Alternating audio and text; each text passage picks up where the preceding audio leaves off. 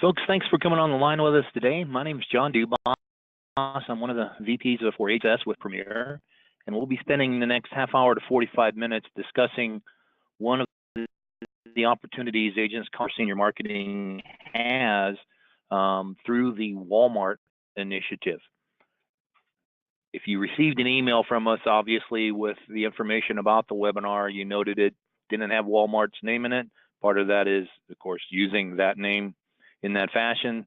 It is the program that deals with working in a Walmart location based on the Medicare open enrollment period, annual election period that's upcoming in the fall. Believe it or not, yep, we're talking about it already.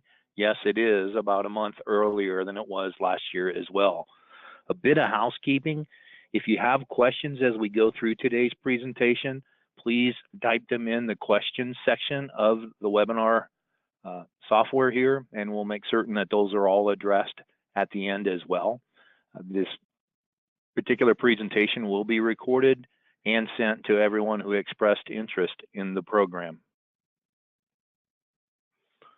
One of the things that we want to make clear right off the bat is the fact that a market venue program such as Walmart can be very successful, or a key component in an agent's success in the fall. It is not the only component of your marketing program, however, and we want to make certain that we offer a full portfolio, so to speak, of different initiatives for you to take advantage of. But we'll be spending this time speaking directly to the program updates for this coming fall. It is a program that, again, will be administered by MarketPoint through directhealth.com. So for those of you who have worked the program in the past, you're aware of the software and some of the other components of the program that have been crucial to its success in the past, and they are continuing moving forward this coming year as well. It does speak to different Walmart stores across the country, marketing different Medicare products through Premier Senior Marketing, and it once again is a choice model with the key components of the program based on the top Medicare carriers in a particular market. In most markets, this entails having a contract with United Healthcare, Aetna, or Humana. There are other programs that come into play, other carriers that are part of the initiative. They vary across the country, obviously, since different parts of the world have different programs available to them. But these are some of the carriers that participated in the past. We're assured that these are the carriers moving forward this year as well, along with some possible additions down the road. The program itself begins on October 8th and will continue through December 14th. So if you commit to the program, you're going to be working in that location for your filed hours during that time period. We realize that the last week of that period is past the close of the annual election period for Medicare. However, it is the timeline given to us by the folks that direct the program, and they'll expect the same sort of activity after December 7th as well. All that activity filing is through the directhealth.com website. You have to do it a minimum of 15 days earlier than the proposed date of activity. And then, of course, your activity reports are filed through that website as well. They are asking that those activity reports be filed daily as you participate in the program in the store. This overseer of the program as well, Direct Health, does stage regular conference calls for participating agents. They share best practices and keep you up to date as to how the program is going and any additional information that develops during the course of the program itself. Some of the program details. As I mentioned before, the reporting has to be completed each day that is worked in the store by each agent. So if you have multiple agents in the store the same day, obviously, they all have to file their individual reports. You are required as well to check in with the pharmacy for each shift. And of this time period, you have to make certain that at least 90% of your stage time within the store is successfully checked in. Otherwise, you won't get the refund of possible refund of half of your premium dollars in a manner of speaking for the program. It's important to check in and check out. As we mentioned before, you've got to have 2 of the top 3 MA carriers in the market that are on the platform. And they ask that you work a minimum of 3 different days with a combination of those 3 days comprising 20 hours per week. This includes that final week of December 7th through December 14th that we noted a bit earlier as well. It is important to note that the program is asking that you be certified by the 10th of September of this year, and that's a bit into the time period in which the certifications will be available to you for the coming year. But bear with me just a moment. We're experiencing a little technical difficulty. There we go. The cost of the store is $500 a store with a possible $250 of it returned, refunded if you meet certain qualifications. You will have, once again, blackout dates during Thanksgiving. And in the superstores, the super centers, the kiosks normally except on those blackout dates during Thanksgiving week. However, in the neighborhood markets, if that's the venue that you are working, there may be times when that kiosk is removed to the back because those stores are smaller and there's more limited space there. So obviously that kiosk will be out when you're manning it. In the super centers, it'll be out there normally for the duration. In the neighborhood market there, and that might have a bearing on the function of a store and on how you work it on a passive basis versus the supercenter.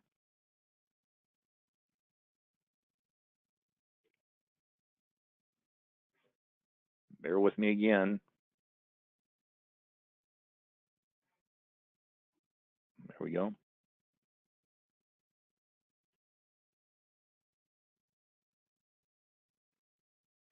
My apologies. My computer system is freezing up on me here.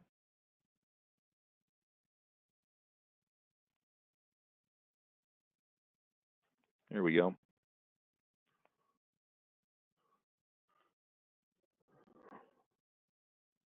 To get the refund, it's important to note that you have to have 2 of the MA carriers in place by the 10th of September. You've got to attend all of the scheduled events and be on time. You need to follow all of the CMS rules that are in place in working a market venue system. And once again, it's a minimum of 20 hours divided among 3 days of the week with reporting requirements to the pharmacy of 90%. It is, once again, a $500 stipulation per store with the monies paid up front prior to the store being awarded to you. The first round of store selection has already occurred or is occurring, and these are for the agents that had successfully worked a store in the past, and they have a right of first refusal for that store. So that stipulation has already gone out. Those agents have already been contacted. And once again, it's important to note that we need to request back for the store if you're wanting this month by the 17th of credit card information to secure the store. We have that in place to make certain that we can get the store back for you. The second round of store selections is once again post right of first refusal stores, and it is a first come first served basis. We have access to the list of those stores that are exclusive of the right of first refusal stores, because we'll have some of those stores where the agent that worked them last year will decide not to participate in the program. They will be available in the second round as well, but we can't count on that now. We have to work on the information that we have available. The open request date for the second round is the 23rd of this month, and the deadline for those requests is the 18th of June. Keep in mind, once again, that's first come, first served on those stores. So the quicker you have your request in with your credit card information for the payment for the deadline, the better off we are, the greater our chance of actually procuring that store. That list that we do have presently for that second round does give us additional information on those stores that might be helpful for you. Obviously, you're familiar with your target market, but this would be able to give you the information of the Medicare eligibles in that particular county where that store is, the number that are in the city that you're looking to work for Part A and Part B, and it'll give you some information about the percentage that are of those folks on Medicare that are still on original Medicare, and the Medicare eligibles that are in that store's zip code. So you have some demographic information available that will help you in deciding which store comes into play. Round 3, this once again is all of the remaining stores that aren't selected in round 1 and round 2. These are once again a first come, first served basis. That list will be released on the 22nd of June. You'll have a week to decide if any of those stores are to your liking. And so the deadline for those requests are the 29th of June. And once again, payment is needed ahead of time in order to gain access to the store.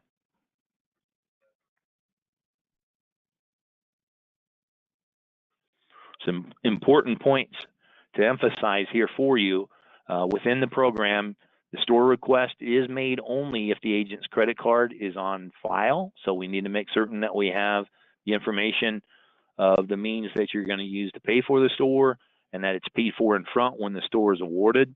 You have to be 100% committed. There's no backing out once the store request has been made, and the carrier contracts need to be in place in order to request the store. So keep that in mind. You got to have the store paid for up front. You got to be totally committed to the initiative. There's no backing out once you've selected a store and rendered payment, and your contracts need to be in place when you're requesting the store.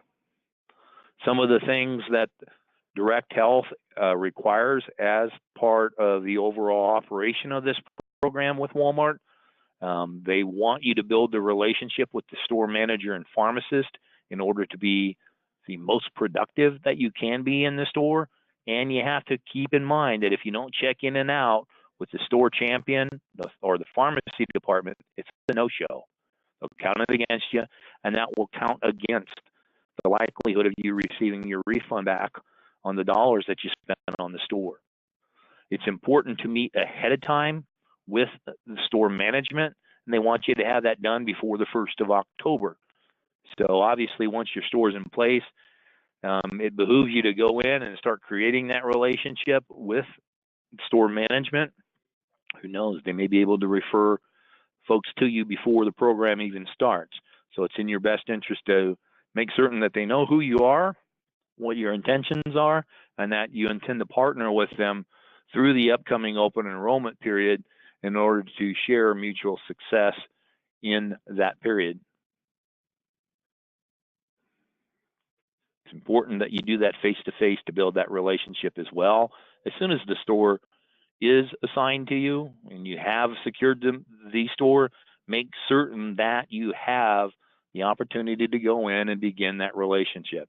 As I said, it'll pay off for you because the more upfront you are with them, the better off your relationship's going to be, and you may profit from that relationship prior to the actual engagement of the initiative. They have the same agent support detail available for you, both by email and by phone. I am one of those sticklers that would always recommend that even if you are able to secure any type of assistance through the toll-free number, that you follow up in writing to the email just to document what's going on and keep those files in place. They will require additional training, once again, for you to engage in the program. Once the store is secured, there'll be a series of trainings that you'll go through, and you'll access it through the Direct Health website, as you did in the past. Certifications will show up in that website, and they will track the carriers that you have certified with in order to participate in the store. They will, once again, expect certain means of deportment, the way you act while you're in the store. They'll ask that you limit technology for personal reasons to before and after the shift. They'll ask that you be engaged while you are in the store, not reading newspapers, books, or magazines during the shifts. They're asking for business attire, not branded by any carrier or agency, in order for you to participate in the initiative. A lot of the carriers are really good about supplying additional marketing material, and there may be material you have that's branded with your agency as well. They are asking that you refrain from using those in this initiative, and that you use the marketing materials that they provide for you. It includes a store schedule template, which will be available for you to fill out with the hours that you file. They'll make certain that you have that information in place at your kiosk in order to make certain that you maximize both the traffic flow while you're in the store and to make people aware of when you will be in that store. So if you're not there and they come by, oh, I got to come back on Tuesday at 10. It'll help your overall marketing efforts. They have some really cool material, and it is all generic, save for the Walmart information, obviously.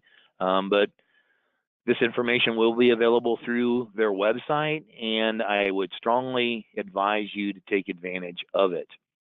Some of the things that we would also suggest that you do is plan ahead. Make certain that you have a full portfolio of product available. You can access that through our website at premiersmi.com. Make certain that as soon as certification becomes available, you do it, and you have your contracts in place, and that you're certified and ready to go. There are other things that we're going to recommend to help you maximize your success in the store, and those will come down the road once we have you engaged as well. If you don't have all the contracts that you need, well, here's how you do it. Go create an agent profile, Insurance Bay, off our website, and then select those programs and get those contracts in place. Keep in mind, in order to initially participate, you got to have them in place anyway, but this may be adding additional carriers that would help you in your chosen market. Some additional trainings that we recommend. Obviously, you need to know your product, so have that carrier information down.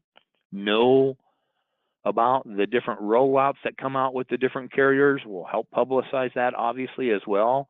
Work with the different carriers and their support staff in order to maximize your potential there, and make certain that you do all of the certifications that the carriers require as well.